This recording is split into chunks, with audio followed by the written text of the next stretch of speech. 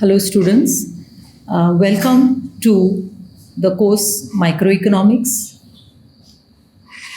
Today, we are going to see yet another module, that is Cartels and Sales Maximization under Unit 4 Imperfect Competition under Semester 1 of Microeconomics. I am Dr. Gitanjali Achrekar, Associate Professor in Economics, GVM's College of Commerce and Economics, Ponda, Goa. Outline of this module, you will understand what are cartels, what are the various types of cartels in oligopoly, and the importance of cartels to the member firms in oligopoly. Learning outcomes. After going through this module or video, students will be able to understand the concept of a cartel under oligopoly and also the various forms or types of cartel. Cartels. They are most commonly found form of collusive oligopoly. Collusive means coming together, joining together. Now, cartels normally are found or they occur when there are few sellers and the product is same, homogeneous, or even similar. For example, the airline industry. They are almost offering the similar or same service, airline service. And therefore, in some countries, we have cartels of airlines.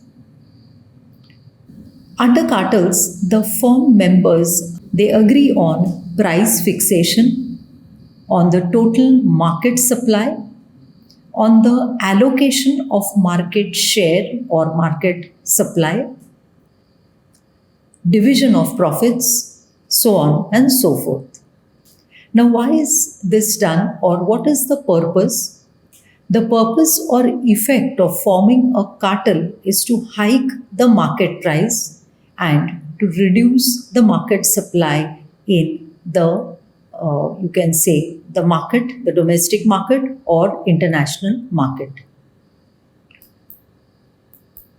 There are two types or forms of cartels under oligopoly. Centralized or joint profit maximization cartels, and the second we will see a little later. What is a joint profit maximization cartel or centralized cartel? Here, all the firms or members agree to hand over the crucial decisions, business decisions, to a central body. This central body of cartel takes decisions related to pricing of the product, total output, allocation of the total product or total production among the members of the cartel, that is, which member should produce how much of the total output and therefore market share.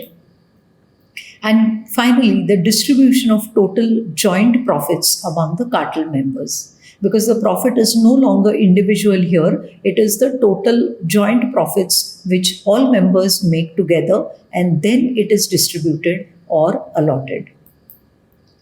The central agency has to be very alert. It should have full information about the market, also about the cost conditions or cost functions of its members. Then only it will be competent to take all the above mentioned decisions. For simplicity in economics theory, we say that cartels, under cartels, we assume that all the firms are producing almost similar or identical products. One of the best examples of cartels is the oil cartel named OPEC. This name may be familiar to you. The full form of OPEC is Organization of Petroleum Exporting Countries. This is the largest oil cartel in the world as of today, where oil companies mostly from the Gulf region, which is oil-rich region, are the members of OPEC. Even during the COVID-19 pandemic, when due to a complete lockdown situation, the demand for petrol, diesel, crude oil went down, OPEC as a cartel saw to it that the international prices or crude oil prices did not drop down below the cost or below their cost structures. Let us see the second type of cartel, that is market sharing cartels. In this particular cartel, as the word suggests, it is sharing of the market. Here firms agree to share the market, but they keep some degree of independence of freedom when it comes to styling of the product, the way they advertise, the way they set their advertising budgets. That is independently decided by the firms, and for that they don't consult the cartel. Market sharing cartels are quite common and even very popular forms of cartels. Again, market sharing cartels take two forms.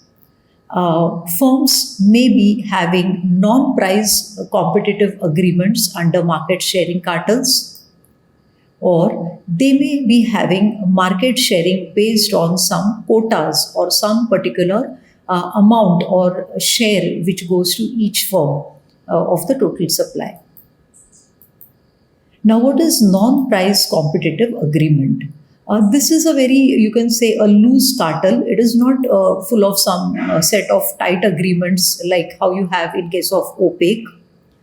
Loose cartels, here member firms agree on a common price, but they have freedom to sell any quantity of the good which is in demand. Here, the price is agreed upon, or the price is set through a bargaining process among the low cost firms and the high cost firms. Low cost firms want a lower price, high cost firms, to cover their higher cost, want a higher cartel price.